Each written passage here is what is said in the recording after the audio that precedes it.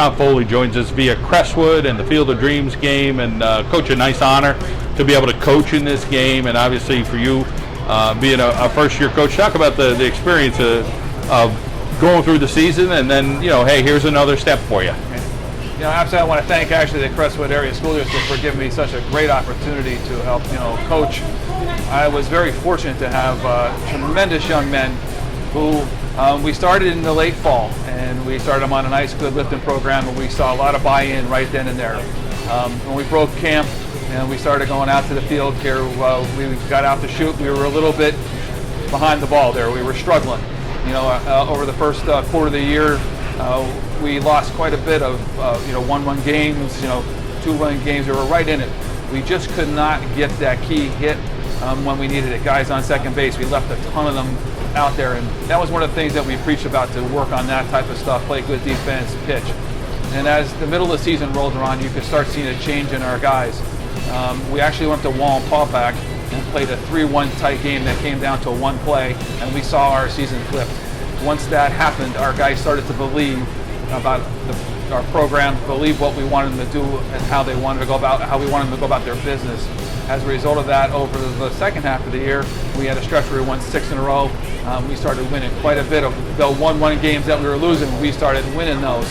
And the losses now were also 9-inning loss, walk-off to Hazleton, bottom of the 7th, walk-off loss to Valley View. They were all close. We could see we're right there in the middle of the games and starting to become a nice, cohesive, good team that would give people trouble, and that really was our goal for the first year. We only had 4 seniors. We had a lot of underclassmen that did a lot of good stuff for us, so we're really excited about the future, where we're heading. I would say that I would like to make a great point is our main focus was, our mantra was family. It was all about family. Every time we got into something that was troublesome or something that was not good or didn't happen good in the field, is immediately family. It's all about family. And we told the kids, sometimes family have good times, sometimes they have bad times, sometimes they could have great times. The reality is they stick together through all of it. And that's what I'm most proud of our kids, is they bought into that family mentality. And you can see as the season progressed, we started getting better as it went all the way along. I'm very proud and very honored to have been with these kids all year. You have a young man representing Crestwood, Dean Ambosi, in the game. Talk about his leadership qualities and what he brought as a player. Right. Dean is a 5-tool guy. Dean has an above-average arm. He throws very well from the outfield. He can cover center field both gaps. He's also got above-average speed. He can steal bases. We put him in a position that he's not really going to play in college. We had to move him on to leadoff just for necessity. And in a leadoff spot, he set the table quite a bit for us, going through the season. Where Dean really, really helped us out was in relief pitching. He had 4 saves and actually had 1 win and only pitched 10 innings. So he was the guy that we relied upon when we started getting into those tight games.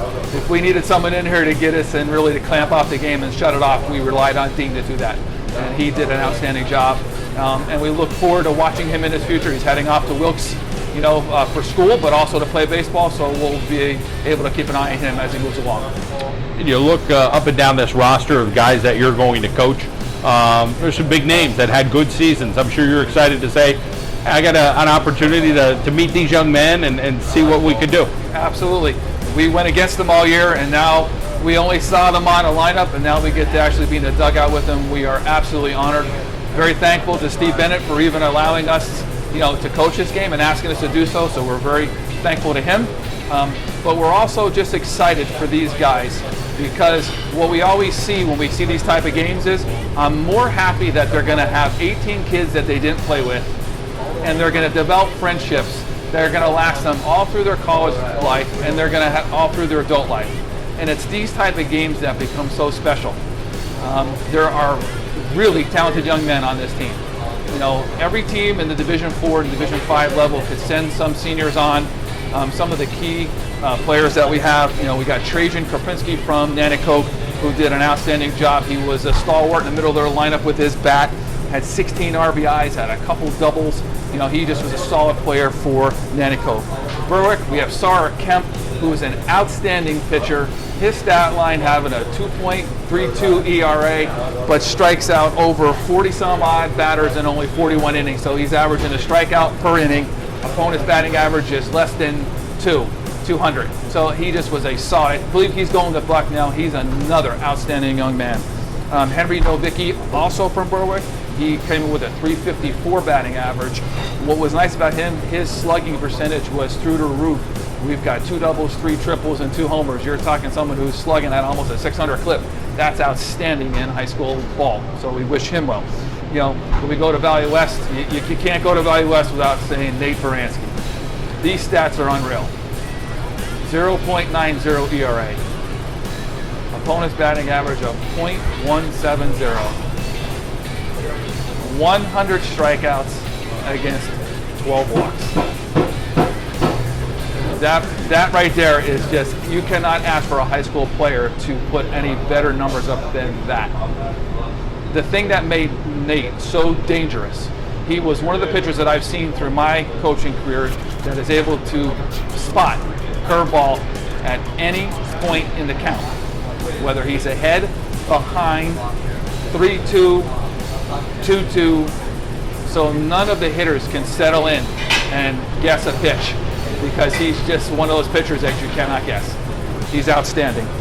Wyoming area, the other pitcher, they sent us a pitcher, Tony Hallman, who also had a very good year for Wyoming area, a 2.88 ERA, which is astounding.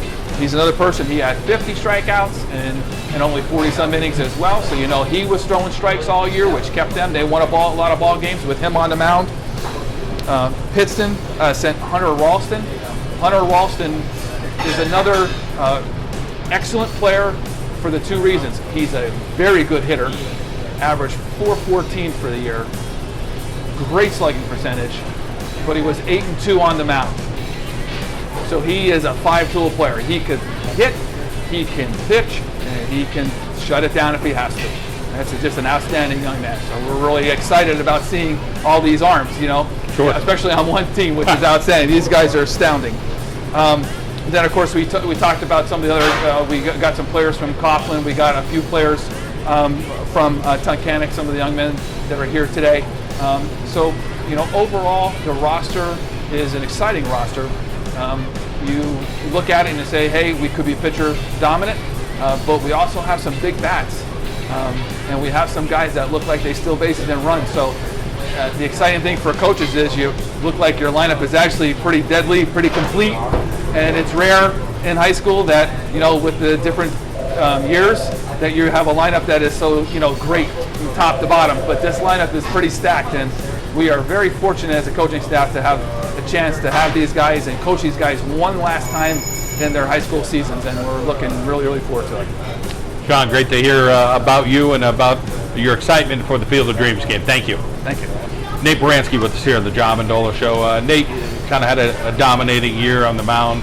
Let's talk about getting after it and just really honing in on your craft. You love to be the pitcher. Yeah. Well, I've been throwing for 3 years now for Valley West, so I've had a lot of experience with varsity baseball.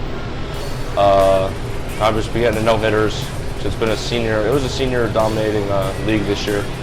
So I've known the kids for 3 years. I've been throwing against them. So me and my coach had very good scouting reports on other teams.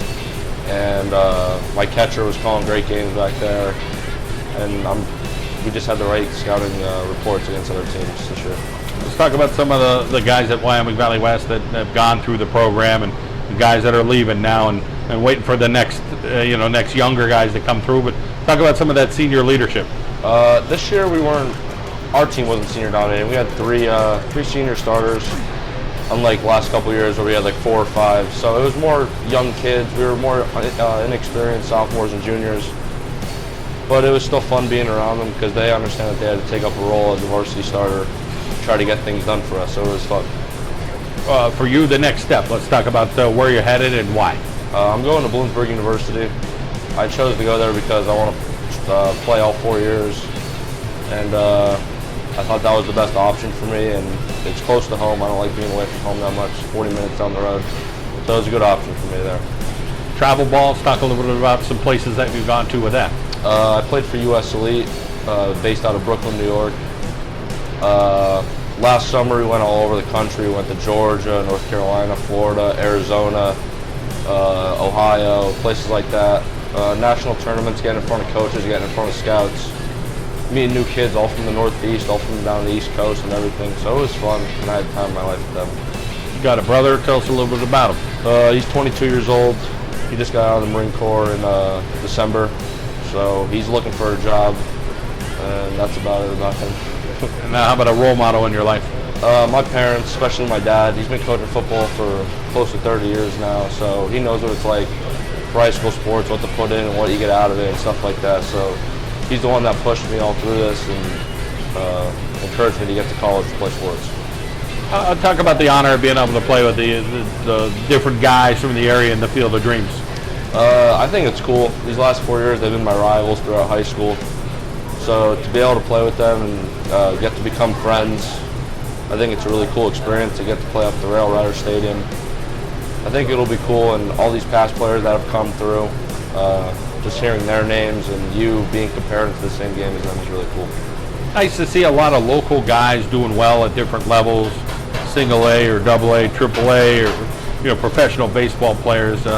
Talk about just knowing that there's always a chance because these other guys are doing great things. That hey, a local kid like yourself or somebody might have an opportunity. Especially the three kids from Valley West, Tyler Yankoski, who just got drafted, Justin Vogt, who will be draft eligible next year, and Ryan Hogan, who will be draft eligible.